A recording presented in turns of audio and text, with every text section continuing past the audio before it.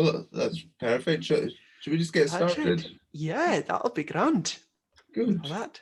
Well, thank you very much for coming to speak to us tonight. It's been very exciting in the run up to this. I've been very excited to hear about the whole composition. I'm extremely excited to get the album home as well, and listening to it in full. I've obviously heard bits and pieces, and I'm just really looking forward to getting into it and just listening to it, especially more so after tonight when I've got a kind of more in-depth understanding of it. So uh, I will hand over to you and let you do your bit.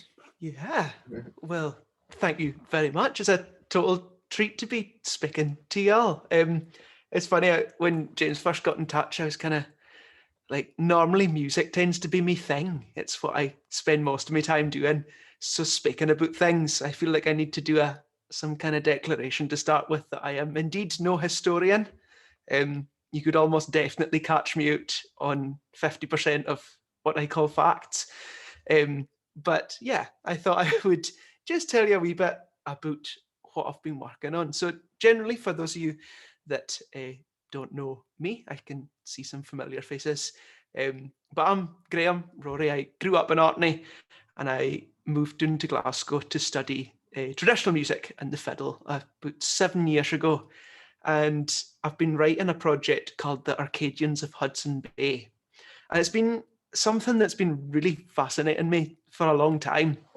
Obviously, you're here through the John Ray Society, so I'm assuming a wee bit of background knowledge of the topic. But it was actually a play that we did, myself and the chaps Douglas and Brian for Saltfish 40 and a few folk for the music department at the Kirkwall Grammar School. There was a play put on by the Magnus Festival that was all about John Ray and his kind of story with Erebus and Terra and the Franklin clan. And essentially, they did this play all in Ryden Sand School, like harsh shed, I suppose. And the more and more we did it, every rehearsal and every time we saw it, there was just something else that I was like, oh, that's really interesting. And the music kind of went with it far better than I thought it would be. Oh, I've got a screen share there. If I can tap that off. View options. Excellent. Is anybody else getting a screen share there, or am I? Yeah, I'm seeing it as well. I don't know who that's coming I from. wonder, is that Andrew Appleby? We've got a share on there. Andrew, if you can hear me, you're sharing your screen. I should be able to stop it, I think. If I can.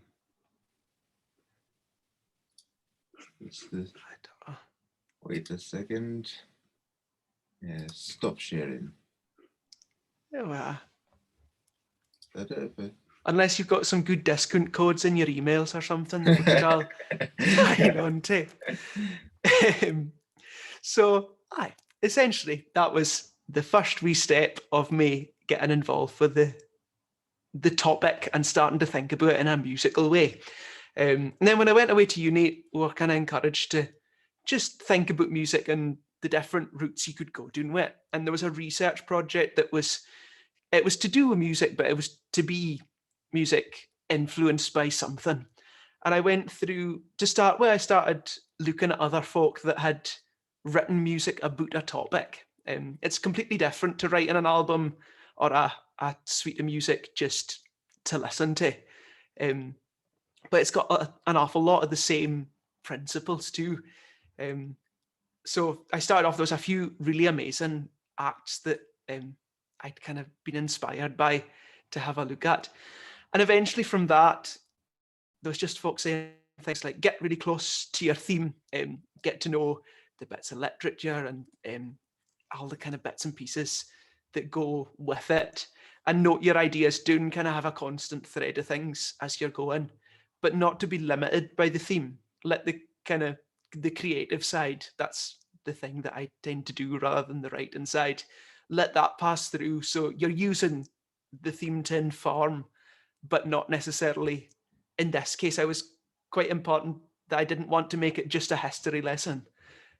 So kind of to have music and an album in an order that could stand in its own right as a live show or as a recording, but also trying to paint a picture and then comparing that to what I thought folk would be able to picture by hearing, if that makes sense.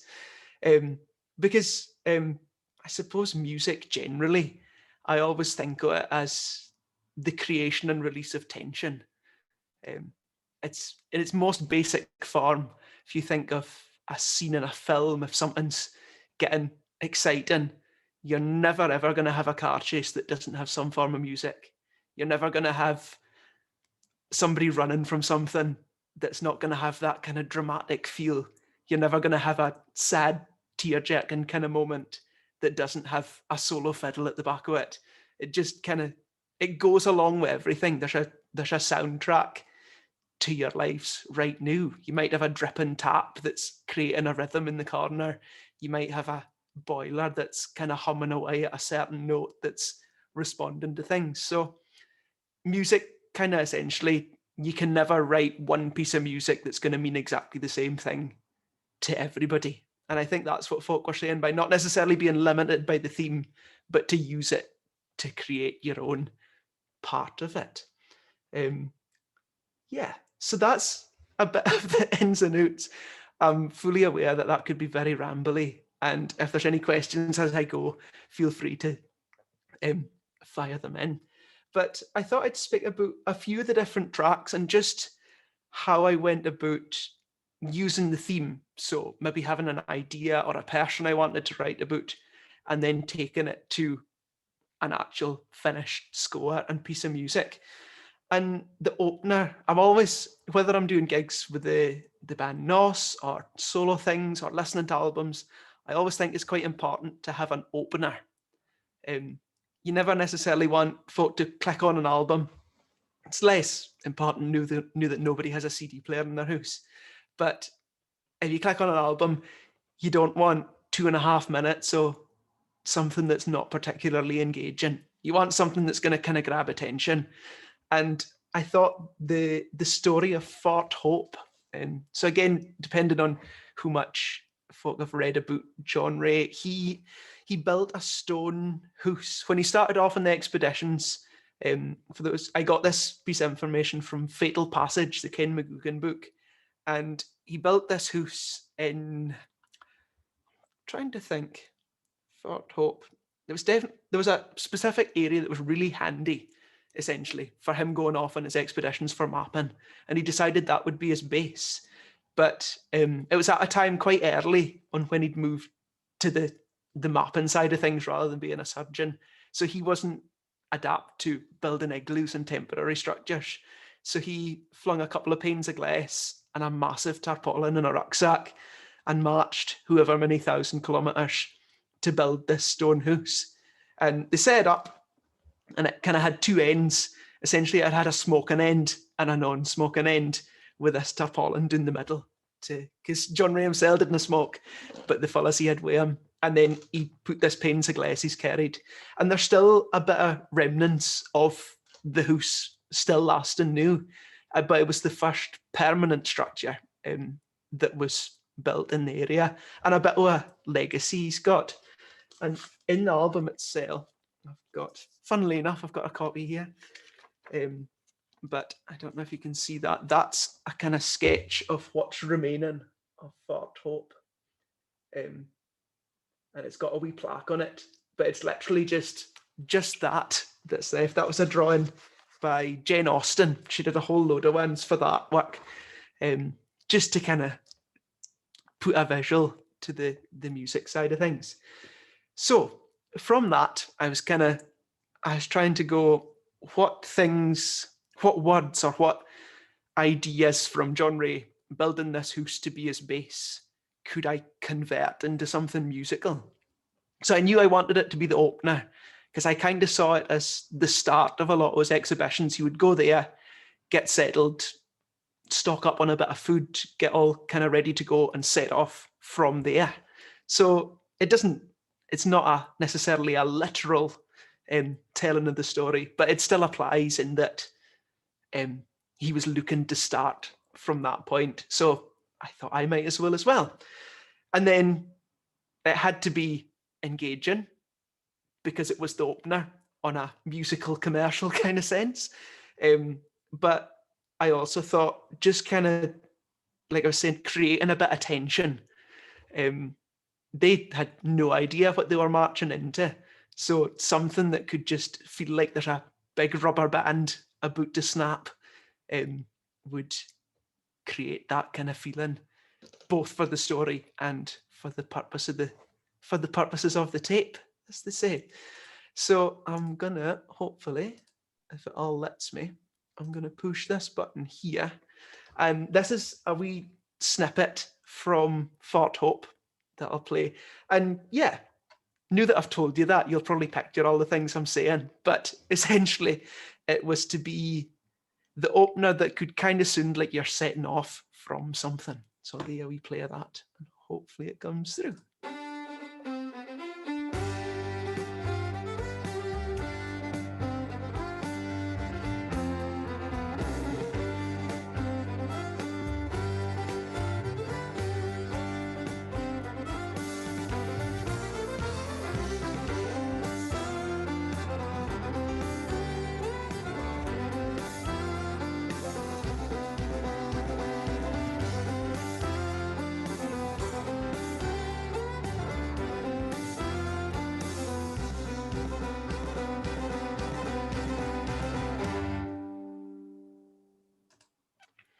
So that's the wee bit of opening from Fort Hope. And I'm assuming my computer audio is coming back there. Yes, that's grand. And like I say, as with all these things, it's completely subjective. There might be something to do with the order of notes that remind you of apple crumble or something completely different. And that was I kind of got settled with that fact that music kind of means something slightly different depending on where you're listening. In fact, there's certain cultures, there's some in the Far East of Asia and South America as well, that what we know as quite kind of dark sounding. As an example of like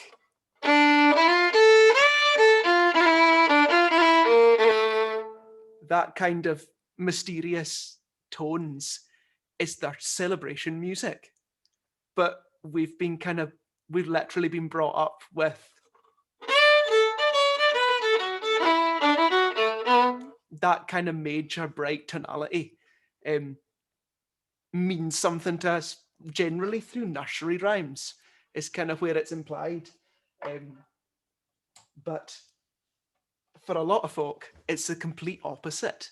That is that celebration music, and they'd probably have a set of jigs as a funeral march. It would just be the total counter opposite, but depends on where you're coming from. So yeah, essentially I'm getting the idea that it's totally fine if I've not captured any of the story at all, because it could mean it to me. But to test that, I thought I'd play this wee bit to you, or the next track. And all I'll say is the name of it is Agluka. And yeah, I'll play it and kind of just see what conjures up from listening. And then I'll see if any of it matches what was going on in me heat. So this is the start of Agluka.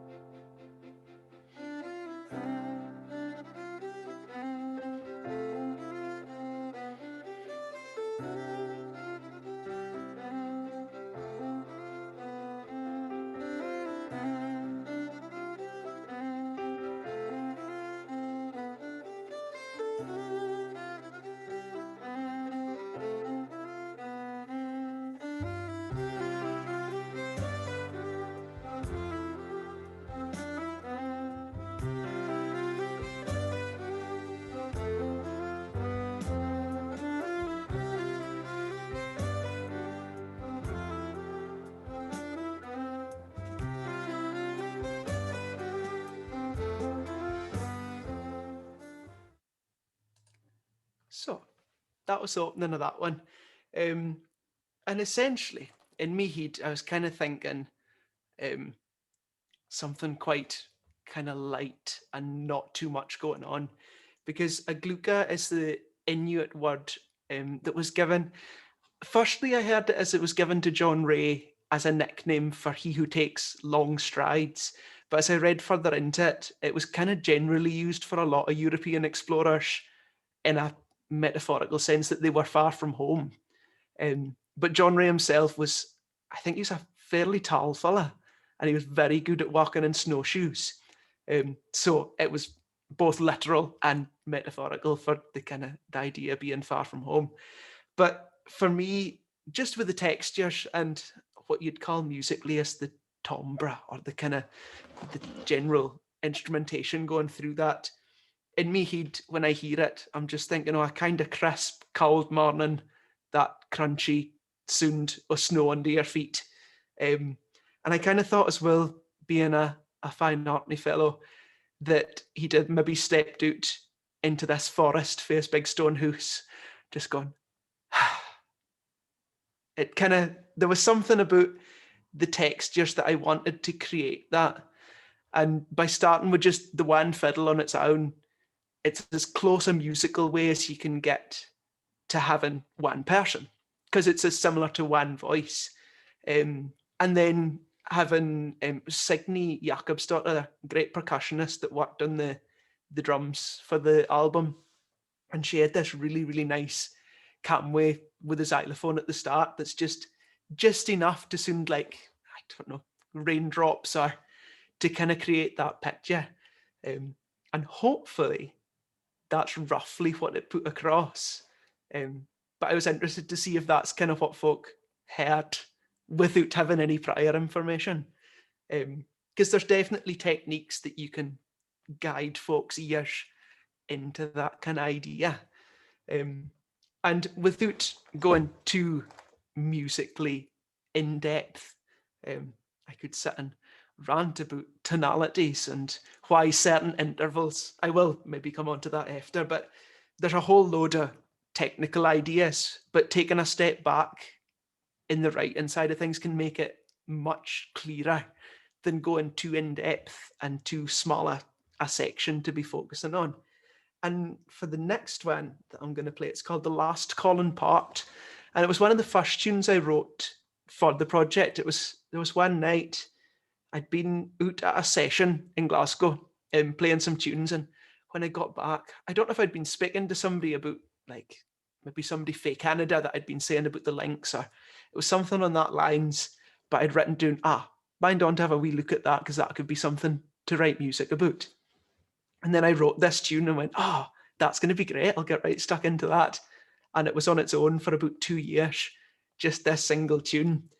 But when it came to actually arranging it for the album, I was kind of, again, not necessarily having to depict a place or a specific person, but more a general idea.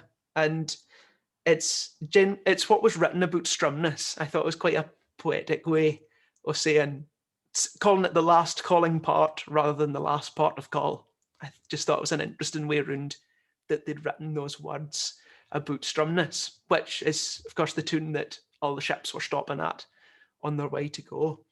And it was a lecturer at uni when I'd been saying, I might do this, and there was this chap that went across and John Ray did this, and she turned around and she said, well, what was everybody doing at home when that was going on?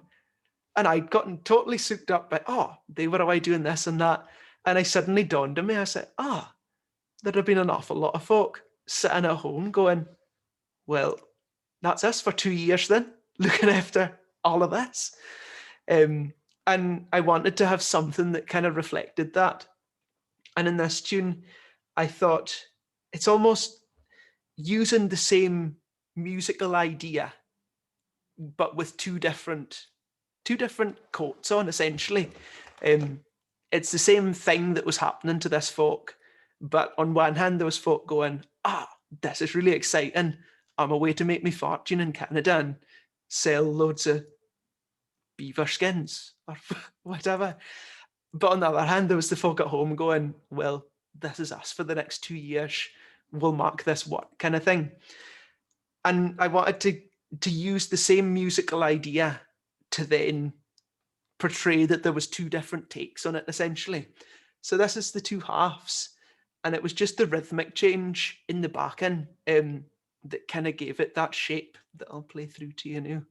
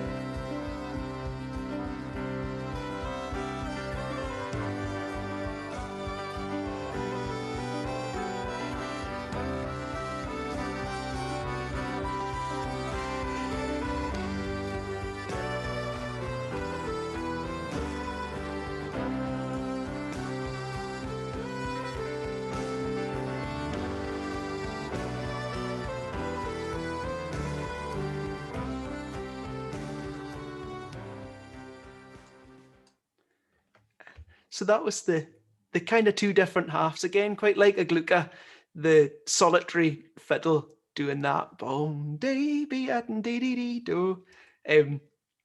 Beautifully vocalized there. It's about the best I can manage.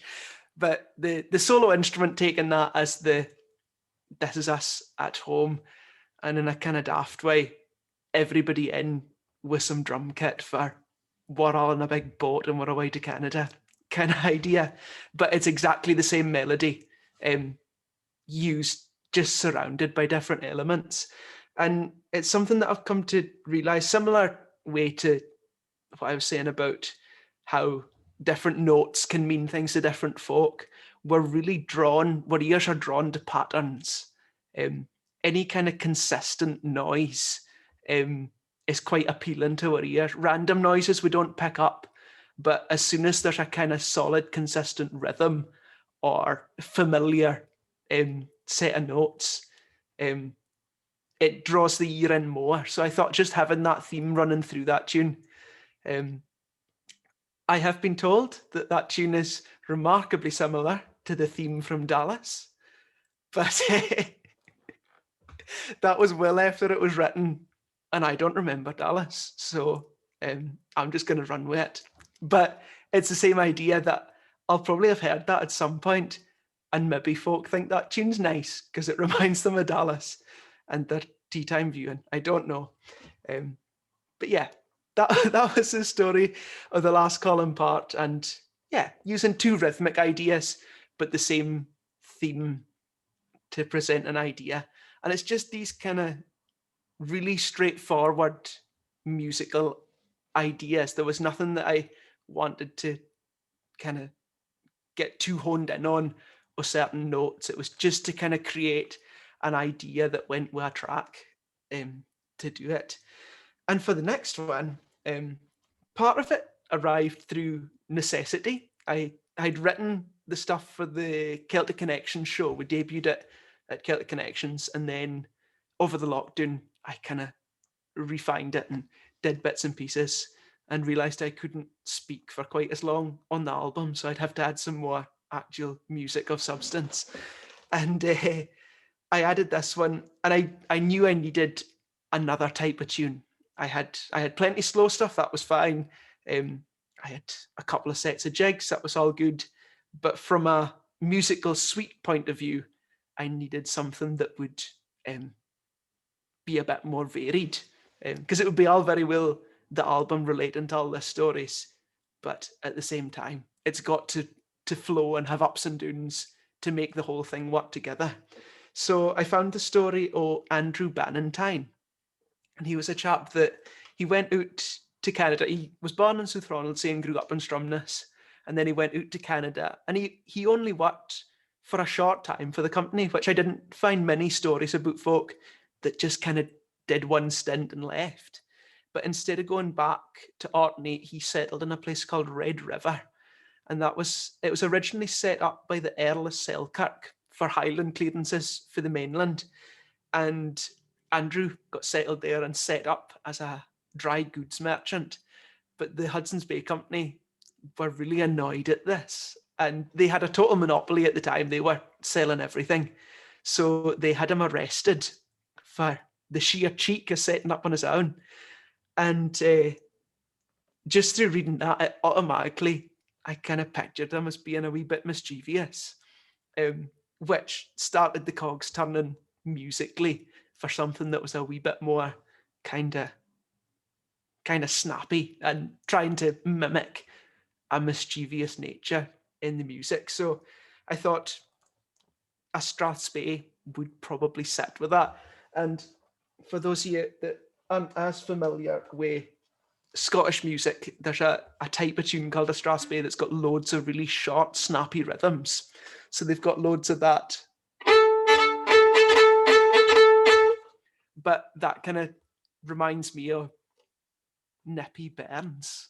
Kind of just that kind of cheeky element, and being kind of mischievous.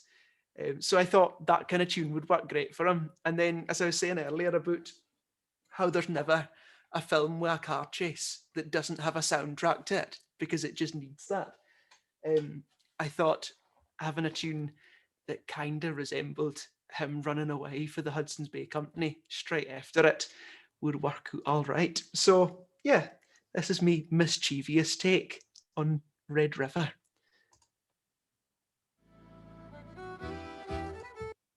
No, it's not. I'll come back to that, because it's here. I thought I had that all set up perfectly. Look at that.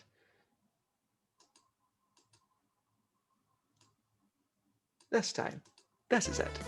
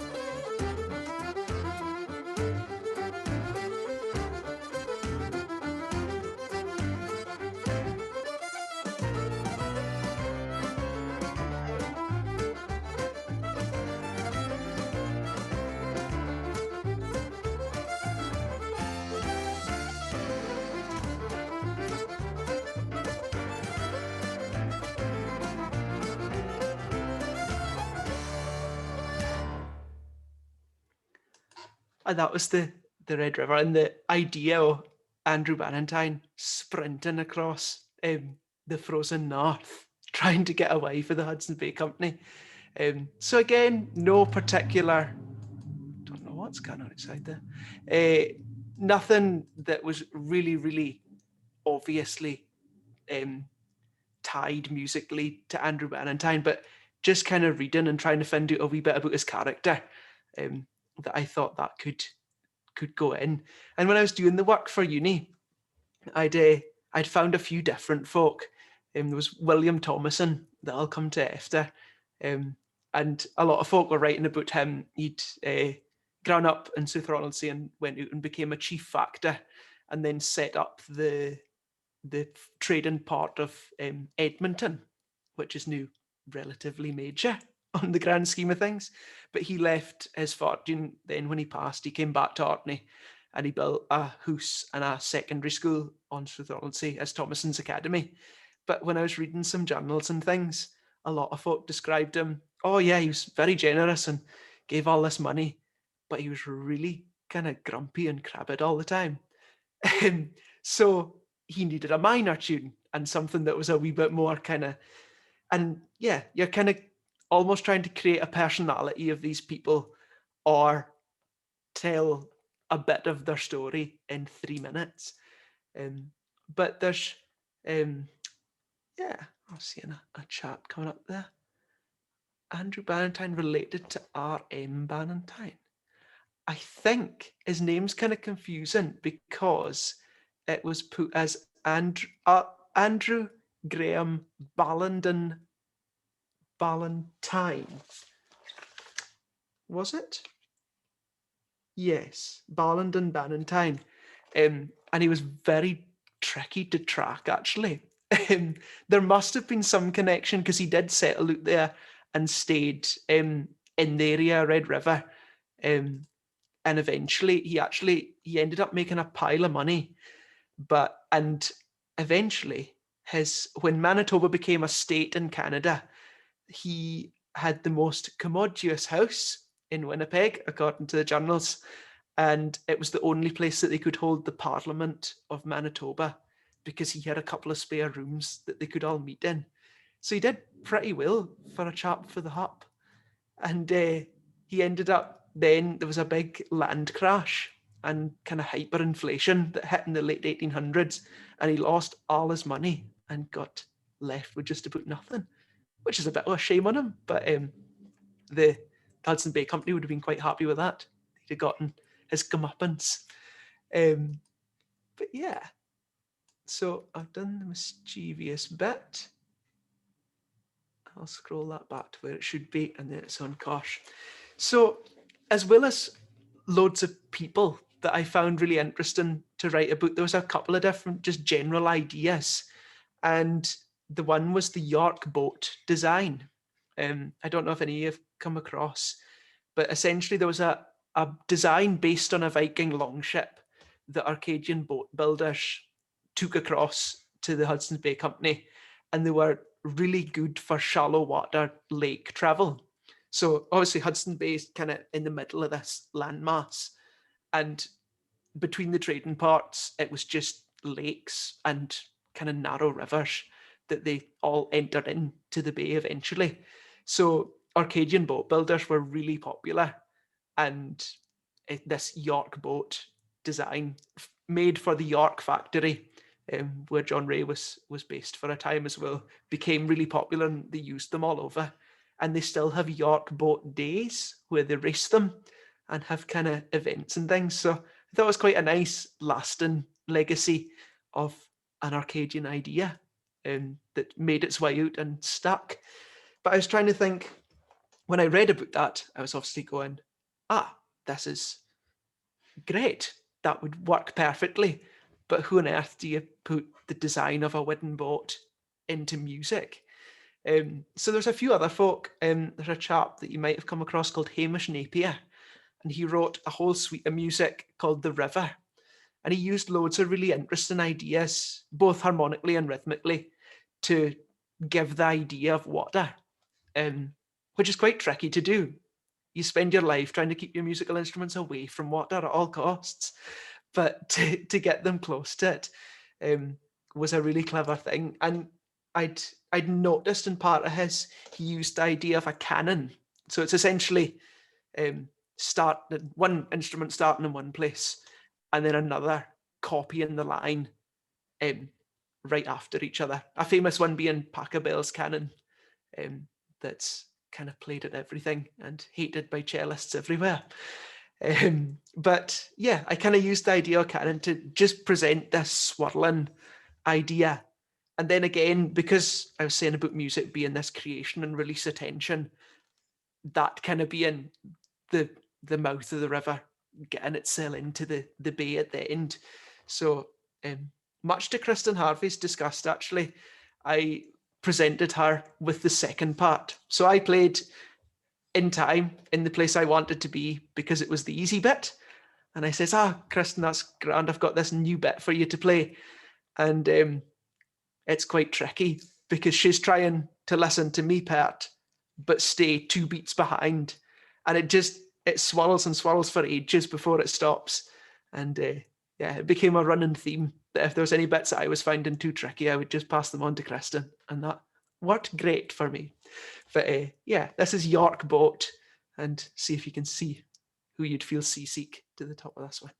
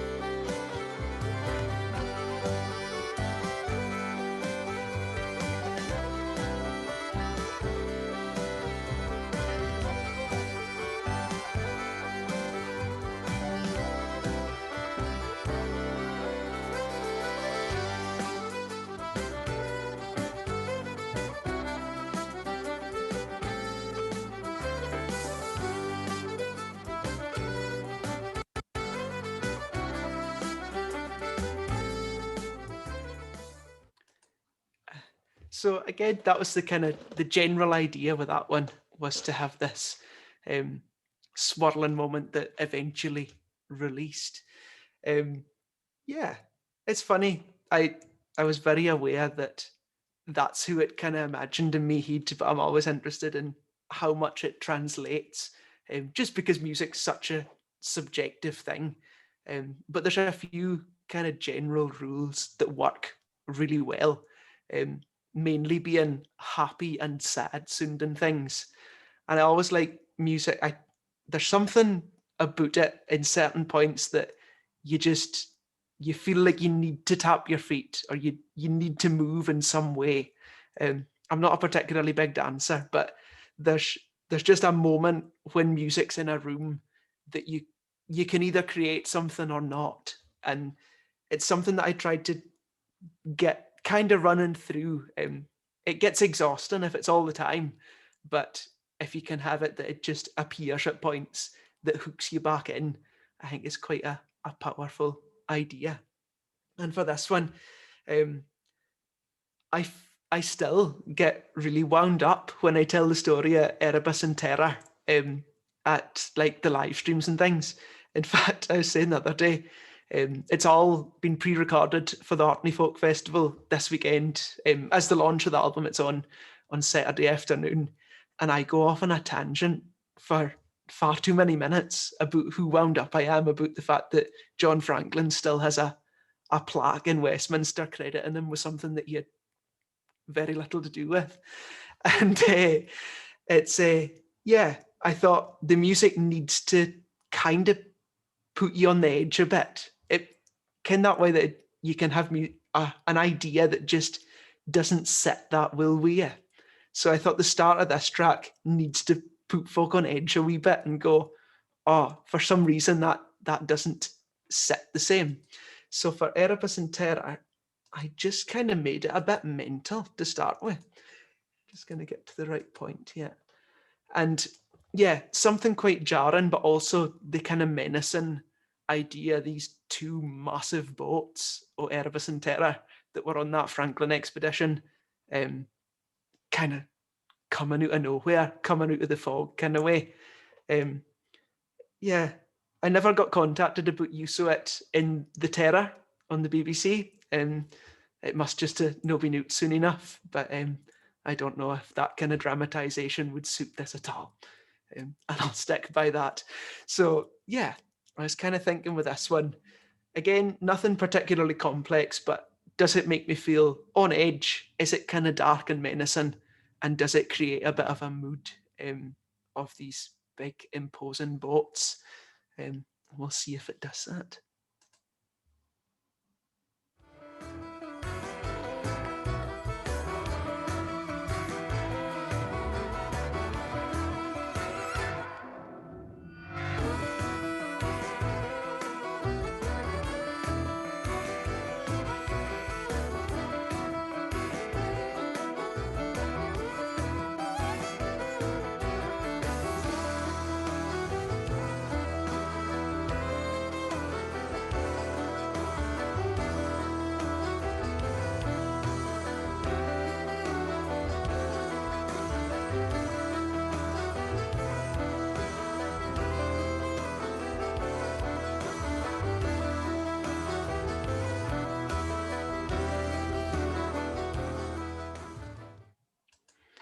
So yeah, that one kind of, it's meant to be terrifying and a bit imposing.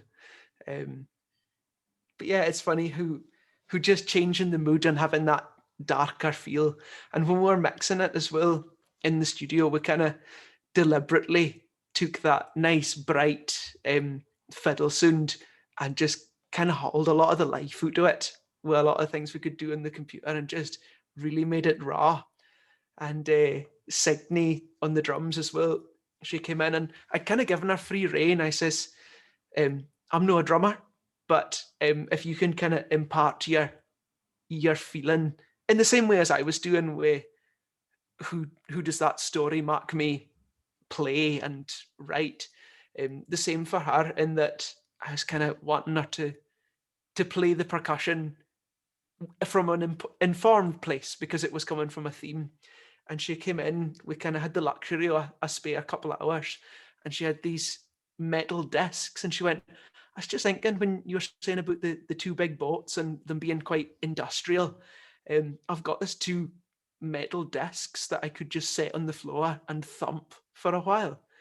And it totally did it for me. When she was playing them, I was like, it had that kind of working, not necessarily a industrial revolution shipyard, but just that kind of, this is a kind of brutal, harsh kind of sound. And then they got some warping in the computer and they just really kind of brought that one to life. So when you hear them, you've just got that big in the corner. Again, my best vocalization of that. It totally made the difference in creating that idea. And again, through all of these, I wanted it to be that folk could read the kind of sleeve notes that go with it and go, I can kind of hear where on earth you might have been coming from. But at the same time, it has to work as music in the streaming age that folk can't read the notes and just see words, but picture something for themselves. So it's the kind of beauty of it. You can literally put any picture you want to that, but it's always going to lead you in a direction, hopefully quite close to where I'm going. It's funny too, I'm always using influences. They always say there's very little original in music anymore. Bach, he wrote a fugue and a chorale in every key, and everything pretty much stems from that, give or take. A lot of folk, it's just an idea folk have that there's very little new. There's the noises that I could make on the fiddle have been done before somewhere in a similar order or in a similar place, but it's always the person playing it in real time with the associated elements around them that make it that wee bit unique. So I was I was keen to use different ideas that I'd heard in other music before and kind of shamelessly include them, but in a slightly different way. And when I was younger, when I was at school, I worked on a piece called Schindler's List. It's the third movement of Schindler's List. And there's this point, I was taught by a very, very, very good teacher in Douglas Montgomery. And I mind just sitting in a room one day and I was playing this opening bit of Schindler's List. And it starts off going.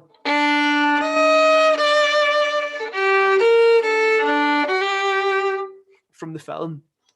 And Douglas has said, he goes, yeah, you see that first two notes, they're just so painful. He said there's real pain in that two notes. And he says it doesn't have to be anything complex, but he says that second one, everybody likes octaves because that's quite settled. And even sevens, so just below an octave, that leads you to a place. That's nice. But a flat second, which is what that DTE flat is, whether you're musical or not, that feels horrible. There's something dreadful happened to that person that's involved in that, whatever's happening in that note. And he just said, take that note and really kind of give it its all and make it feel like it's that. And I was determined to have something on that lines in Isabel. So Isabel Gunn was a lass that she grew up in Orkney, but she decided that she'd had enough of all the fellas being allowed to go to Canada and work for the company, but none of the females were allowed to go. So she dressed up as in her father's clays and signed up under his name of John Fubister. And there she worked for the company for a whole 2 years. She got across, she just kept her identity hidden, tried her very best to blend in. And it wasn't until she gave birth. She'd just finished, at about 8 months pregnant, she'd done a 1,500-kilometre canoe trek down for the north, coming in. And just that far's incredible. But then she turned up at the chief factor's house and he writes in his diary, he's going, there was this young lad arrived at the door and I says, yeah, in you come, you can have the shelter for the night. It was pretty wild outside. And the next weekend he was getting woken up by these cries for help and she was giving birth in his living room. And that was the first any of the management at the Hudson Bay Company had noticed. And again, up to that point, I'm already going, well, you've got a tune. That's more than worthy. But the next point was that they went, oh, you've been very deceitful. So she was kept to work as a washerwoman and then sent back, managed for 2 years as this incredible employee, but it kind of meant nothing to them at the time. And she and her boy, they were sent back. And she lived in poverty as a washerwoman and seamstress in Orkney, but she lived until she was 81, which for the time would have been a pretty massive age. And it was just that moment of speaking about that Schindler's List or something's happened to this person that you don't want it to be sad because it's a very inspiring story. But at the same time, the fact that she was landed at home, it just, yeah, you kind of feel for her that there's so much more that she could have done if she was out there. And I used this interval, very similar to the Schindler's List, in the B part of this tune. And it's just enough. It's not quite as harsh as the Schindler's List one, but it's just enough to feel unsettled. And it comes out of the first part and it goes.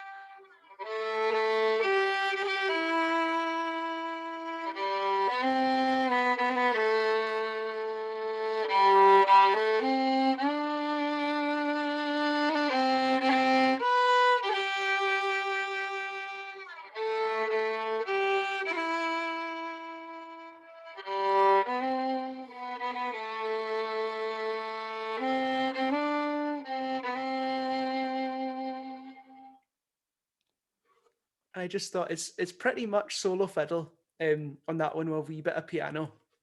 But I just thought that note at the start of the B part, and again, you don't necessarily need to be a concert pianist for your brain to tell you, oh, that's not quite home. I don't know what that is, but if it goes, it's more settled. And that's more settled. But for some reason, and it's just that rubber band going boom ba, that I just thought it sounds like a complex musical technique, but essentially you're just trying to get that rubber band to stretch and for folk to feel funny for a moment and then blend back into it. And I thought that was the kind of best musical way of depicting what I was thinking for Isabel's story. But yeah, it's funny that it came from Schindler's List, essentially. There's the end of that track as well on the album itself, it just kind of fades away into nothing. And I kind of thought that lined up quite nicely for Isabel's story, because she just kind of settled in Orkney and nobody really knows. I had a video for a track came out, and I'd been speaking to a chap called Colin Keldy. He was doing loads of drone footage. And I'd said, you don't happen to know much about where Isabel Gunn was based? It was somewhere in Arthur. But there's kind of just no real evidence that I've come across of where she ended up. It was somewhere in Arthur and Orkney, but I thought musically, the only way to represent that is to just fade away and not really soon finished, which is, it's kind of taken a bit of a sad turn. I'll spin it round.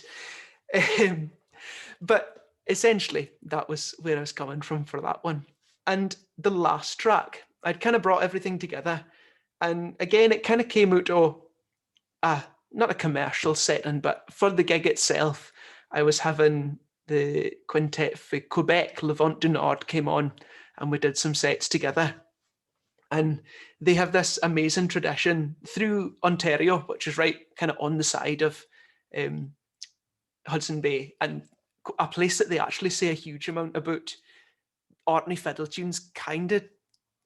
There's so many likenesses between our traditional Ontario tunes and Orkney tunes.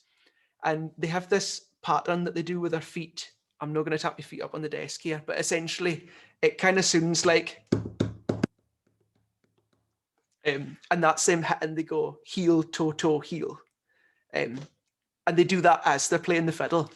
And it's fascinating. And I wish I could do it, but it's never going to happen. And I wanted something that could match up to that and work with that rhythm, because it's such an important musical part of the area.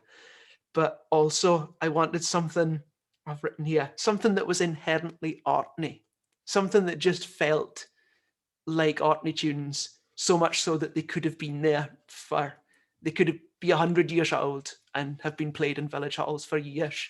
And just to kind of mimic that style of quite possibly tunes that were taken across and then made their way back again in a completely different form. And yeah, I'm not sure how much Orkney music you've listened to, but just as a depiction, I put in the folk festival chat as well.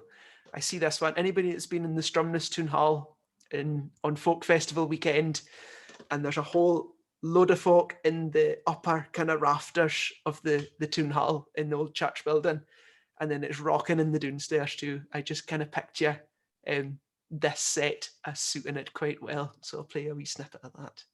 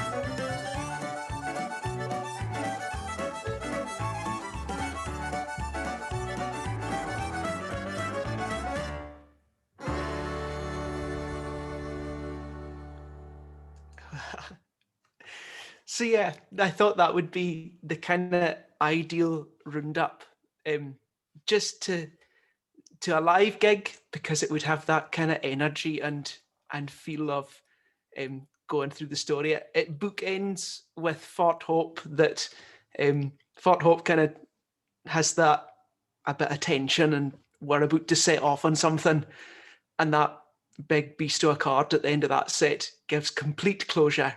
That's us. We're off. We're away. And that's it. But yeah, I thought hopefully that's been a bit of an insight into what on earth's going on in my head when I'm taking a very literal and real idea and trying to put it across with a wee bit of music. But if there's any questions at all, I'd be delighted to go through them if there's bits and pieces that folk are wondering. I was just wondering, where did the title for the last track come from? That's a very good point. Yes, so the last one is called Given Back. And it was essentially the same idea when I was saying about William Thomason coming back and leaving all that money to build the school. There's another chap called, it was Magnus Twat that wrote one, that I wrote the first one for. And he built a school in Orfa. And there was another chap, I'm going to check that I definitely get his name right. James Tate was the other one. And he built a second school in Orfa, and they also set up just support for teachers to be in that schools. And yeah, I don't know if it came from a place of them feeling like they wanted to present something that they didn't have, or just generally giving back. But I thought it was such a huge part of the story that it went full circle. This folk went out to make their money, and then folk made a fortune for the time in the case of these three folk. And then they came back and made it so that folk didn't have the same desperation to get out, which is what I think led a lot of the folk to actually go in the first place. It was to escape this poverty and get some income for folks. So I thought it was a nice way of it all coming back. Yeah, that's really good. It's just a nice way to kind of really, like you said, just finish it, isn't it? Because obviously the start of it was just everything sets off with like kind of that bravado, and like you want to go and do something. Like it gets you all fired up, and then it's just nice just to have a definitive conclusion at the end. And so it works really well, the whole thing together. And I think that obviously there's too many people don't just sit down and listen to an album, but like I think with something like this, you have to just listen to it as it is a story, don't you? Like it's just a concept album, where the whole thing ties together. And that's what I really look forward to, is listening to from start to finish and seeing how the whole story works. Because even though each track is individual, you can hear even from like the excerpts of the tracks that they relate to each other too. So obviously with the instrumentation and stuff, it helps kind of tie it all together, so it's part of the same story. And so that's really Yeah, for interesting too. sure. And It's interesting, as you say, as well, the fact of listening to an album start to finish. It's something I always tend to do, but it's also just as a musician point of view, it's amazing how much tracks need to have that standout for just generally folk that are coming across it for the first time, and to be able to be a thing on their own. And I think that's why I didn't necessarily put a specific line of story through all the tracks, but they each have their own story to them related to the broader theme. So yeah, I highly recommend, if you're going to have a listen, make sure you've got a good cup of coffee or a nice glass of wine or a beer, and do the whole thing in a wanna. And then you'll never have to do it again. You'll know what it all goes like. And obviously, the Hudson Bay Company was such a huge part of Orkney history, and still like living memory really as well. And obviously, Orkney kind of, you hear a lot about the kind of Neolithic history and things like that. But then you've got this whole strand of Orkney history that ties in with the Hudson Bay. Obviously, it was a huge employer for people in Orkney. and there's so many people went out there and things, and like I'm sure there's so many kind of different interest in people and things like that. And I was just wondering, was there anybody else that you came across at the time that you kind of had to stop and say like, obviously you can't write hundreds of different tunes for different people, and was there anybody else that you thought would be in recognition as well? That Yeah, it's funny. My idea initially was to get a wee bit about the folk that followed John Rayron specifically, because he had a kind of entourage that went every now and again. Um, there would have been the option of a tune for Lady Franklin and Charles Dickens, but I didn't think they were that deserving by the time I'd finished my reading, so I that's just fair left enough. that out. But yeah, there was a couple other folk in terms of the giving back thing. Those folk were the ones that I read about the most, but there was a few more that did contribute when they came back, and same contributing to life in Canada too. Once it's settled and married local folk, and that you still see names like I don't know, like particular Orkney surnames. You hear of the Sinklers that are in Ontario. That the only way that kind of matches up is being a descendant of somebody that went out from Canada. So there's loads of really interesting, like you say, living memory and actual bloodlines that I did want to touch on. But like you say, there's such a wealth of information to sift through that ended up being the ones that made the cut, as it were. I loved the melody for Isabel. It was just like it's such a beautiful melody, and it just kind of makes you really stop and think, and especially with the kind of the hardship as well. Obviously, that she had to endure, and obviously, like in a modern perspective, what she was doing is just what she should have been allowed to do anyway, and it makes you just feel really bad, doesn't it? I think you've just done a really good job of uh, putting the melody to that. It really brings her to life. I think it's just kind of putting a melody and kind of personifying her in a musical form. It's a difficult thing to try and explain, isn't it? But it's worked perfectly. Oh, thank you. And yeah, like you say, it is a funny one to take these people that had whole big stories and place it in 3.5 minutes. So notes. It's kind Yeah, of bizarre, but um, no, it's been magic and super interesting to writing for that kind of idea rather than, like I say just an album, but a kind of album that's maybe a band sound or just a collection of tunes. But I always feel like writing with a picture in your head and playing with a picture in your head is a really valuable thing. Whether it comes across or not, it's a different story, but it can be really inspiring just in a kind of selfish level. If you're sitting playing and you can see this lass leaning over the side of a boat going, oh, well, that's me going home, and you're playing it, you've actually got something to relate to rather than a random collection of dots drawn on 5 lines on a bit of paper. So it's a wee bit of a vanity project, but it's been magic. I think the fact that it can stand on its own as well is just it's testament to your composition as well. It's not totally abstract. So you don't need to know the whole background to appreciate it as a like a lovely piece of music on its own either. It's just they can totally stand alone.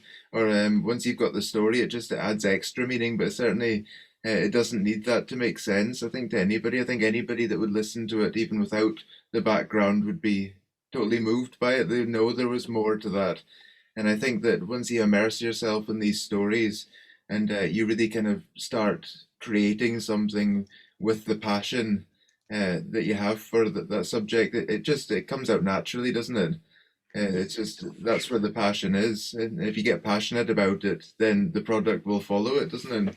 That's it. No, it is. If it's something you're really invested in, it's amazing how much of it just flows naturally, even that it doesn't necessarily feel like work. Exactly. Yeah. No, I just think it's great that you've done this. It's totally unique. Nobody's ever done this before, and just kind of dedicating. so much time and effort into something that I think more people should know about. Yeah, I'm amazed at the amount of folk. Just even like for myself, I'd heard a wee bit about Isabel Gunn and obviously a bit of info on John Ray through doing the play I spoke about right at the start. But there's so many folk. I must have driven past Thomason's Academy 200-300 times in my life and never had a clue until I was 20 that there was anything other than um, kind of just it was a big old school. Well, if it makes you feel any better, neither did I until today. So I feel kind of ashamed now as having stayed in Orkney all my life for not knowing these things. But I tend to think that you switch off to what's on your doorstep, don't you? And Yeah, you want to know about what's going on in the rest of the world, and you forget that you've got all this great stuff going on here. And even though you said at the start with your disclaimer that you weren't a historian, and even if it's not historically accurate, I think it's fantastic anyway. The stories and the people and all that kind of thing. So I'm going to take it as fact now anyway. And so, I do. With the sleeve notes new. It's written and printed in ink, so it cannot be changed. If I am wrong, it's what it is, and exactly. it's a very generous depiction to Orkney. It's always in Orkney's favour, so we'll go with that. It can't be bad. So what's the next plans for the album? Is it Saturday it releases? Yeah, so Friday it releases, and what I've got here, I'm just pinging a wee link that hopefully works if folk are wanting to nab a copy. It's grahamrorie.bandcamp.com. If you type that in, I don't have the links working there, but it releases fully on Friday, and that's across all your streaming sites and things.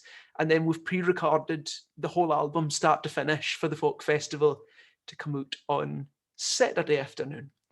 And the morn's night, if any of you are avid listeners to Radio Scotland, I'm having a speak with travelling folk. I think that's about 9:30, 9:20 the morning. So it's a kind of manic weekend of getting it all added together. But it's for the fact I've been sitting on it for about 4 years, it's very exciting to have it all out and going to folks. So yeah, it's a treat. And hopefully that's been something that, although it's maybe just me rambling about how the fiddle makes noises, it's been a real treat for me to kind of get to vocalize it in a way, to speak to folk. I'd just like to say to everybody that's listening as well, or anybody that watches it back, that Graham's very kindly offered a pound from the first 200 album sales to be donated towards the John Ray Society to help the restoration of Clestryn as well, and make obviously our future plans of having our Arctic Centre, which all kind of ties into the whole thing. And I just thought it was a really nice gesture of Graham as well. And obviously with this last year that it's so tough trying to work at all, never mind in the creative industries. And it's just a really big thank you to you for offering to do that as well. It's much appreciated. It's the kind of thing, there wouldn't have been any music to write if that folk hadn't been there. And like I say, finding out just the kind of generally, not through anybody's fault, but just anything that can raise a bit of awareness or something that's quite fascinating. I think it's a really exciting project. I spend a weird amount of time flicking through the different articles and things on the society's webpage, and it's super fascinating. And I do have this image in my head of the hall being finished and being able to walk up that big steps into a room that's actually able to present all this information. I think would be a pretty special moment. So anything that Definitely, can and make that happen. I think a live performance in the Hall of Clestryn once it's finished will need to be That's on the it. cards. So. Oh, can you imagine? Exactly, yeah. We'll need to remember that one. Oh, that'll be grand. So Well, that's perfect anyway, Graham. Thank you very much for that. no, It's been not at fantastic. all. It's just really interesting to see how these things come together and how like something as an idea can get transferred into something creative, whether it's music or art or like even photography from my point of view as well, like how people see these things. And It's been something I've been wanting to find out for a long time, ever since I heard about the project that you had on the go, and I'm really glad that it's all coming together for you finally, because it is so rewarding once it gets to that point. Even That's though it's it. difficult to let it go to the point that you're finished, you don't want to let it go. There's always bits you can tweak and things you can That's change, but it. I'm just Completely. really excited that it's all coming together for you. No, that's great. And like I say, it's very fine for me to get to chat and to have a tiny bit of involvement with the society too is really special because it's something that's so tied in to what I'm working on. It's pretty magic. So thank you all for listening to my ramblings for just over an hour. It's quite the stamina on your part. No, thank you very much, and thank you everybody for coming to listen as well. It's been fantastic. Thank you, Graham. Excellent. Cheers, folks. Thank you very much, Graham, and Excellent. we'll speak to you soon. Will do. Thank you, Right. folks. Cheerio. I'll see you Bye-bye. now. Bye.